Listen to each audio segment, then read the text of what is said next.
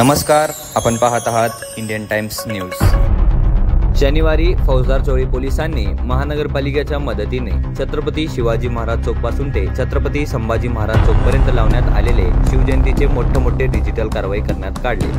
पोलिसांच्या या कारवाईने शिवप्रेमीमधून प्रचंड नाराजीचा सूर पडला आहे। या प्रकरणी पुरुषोत्तम बर्डे यांच्याशी संपर्क साधला असताना त्यांनी माहिती दिली की फौजदार चोळी पोलिसांनी शिवप्रेमींना शनिवारी अपमानास्पद वागणूक देण्यात आली, त्याचा मी निषेध करतो।